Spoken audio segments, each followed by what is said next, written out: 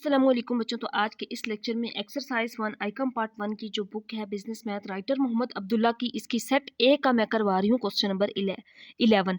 इससे previous question number 10 तक मैं कंप्लीट करवा चुकी हूँ। तो क्वेश्चन नंबर 11 भी सेम उन्हीं क्वेश्चंस की तरह है, लेकिन पहले इसकी स्टेटमेंट को समझते हैं। The profit sharing ratio between A and B is. अब ये जो क्वेश्चन है ये कॉन्टिन्यूड रेशियो का है। तो इसका क्या मतलब होता है कॉन्टिन्यूड? जब एक शख्स के दो शेयर्स आ जाते हैं, जैसे ए एंड बी इज ये शेयर है, the ratio between B and C, B का यहाँ पे भी शेयर है, बी का दोबारा शेयर इसमें भी है।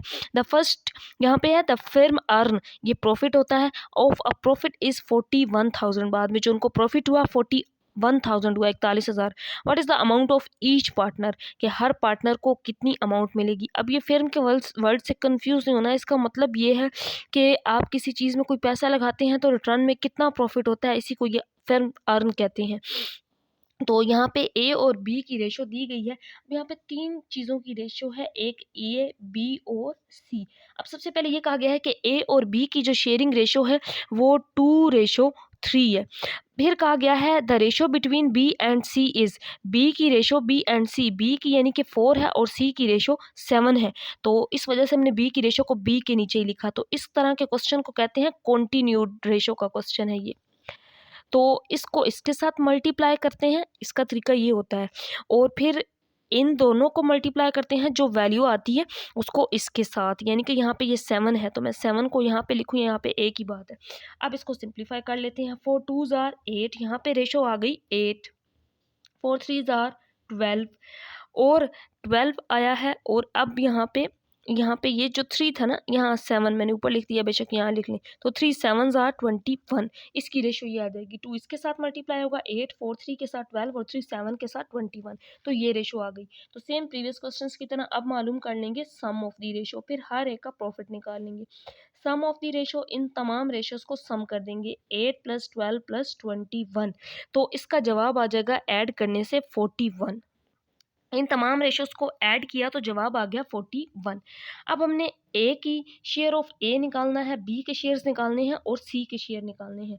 तो यहाँ पे टोटल जो प्रॉफिट है पहले वो भी लिख लेते हैं। टोटल प्रॉफिट कितना है, क्वेश्चन में बताया गया है कि टोटल जो अमाउंट है प्रॉफिट की वो है 41,000, टोटल अमाउंट 41,000 है। तो यहाँ पे मैं लिख सकती हूँ टोटल अमाउंट 41,000। अब हम ए के शेयर्स निकालेंगे, फिर बी और सी। शेयर्स ऑफ ए, यानी कि इस 41 में से ए को कितने शेयर्स मिलेंगे। अब ए की रेशो कितनी है 8, सम ऑफ द रेशो कितना है 41 है, टोटल प्रॉफिट कितना है 41,000 है, इसको मल्टीप्लाई कर देंगे। तो जब आप ऊपर वाली दोनों वैल्यूज को मल्टीप्लाई करके 41 पे डिवाइड करेंगे तो जवाब आ जाएगा 8,000 रुपीज़, इसको इतने मिलेंगे इस पैसों में से, 41,000 में से। अब बी के शेयर्स निकालेंगे, shares of B, second person जो बी था, बी की रेशो कितनी है 12 है, सम ऑफ द रेशो 41 है और टोटल प्रॉफिट 41,000 है, इससे मल्टीप्लाई कर देंगे। तो ऊपर वाली दोनों वैल्यूज़ को कैलकुलेटर पे मल्टीप्लाई और सिंपल फिर 41 से उसको डिवाइड कर देंगे, तो आंसर आ जाएगा 12,000, यानी कि 12,000 रुपीज़। अब सी के शेयर्स निकालेंगे, तो यहाँ पे लिखेंगे हम बच्चों शेयर्स ऑफ सी।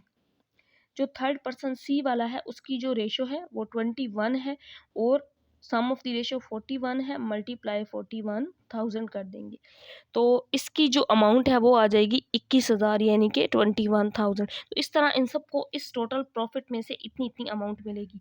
अगर चेक करना हो कि हमारा आंसर ठीक आया है तो उसके लिए इन तीनों अमाउंट्स को, इन शेयर्स को ऐड करें तो आंसर 41 ही आना चाहिए, और ऐड करने से 41 ही आता है। इट मीन्स हमने सबके शेयर्स को, प्रॉफिट को सही डिवाइड किया है, हर एक को इतना इतना ही प्रॉफिट मिलेगा।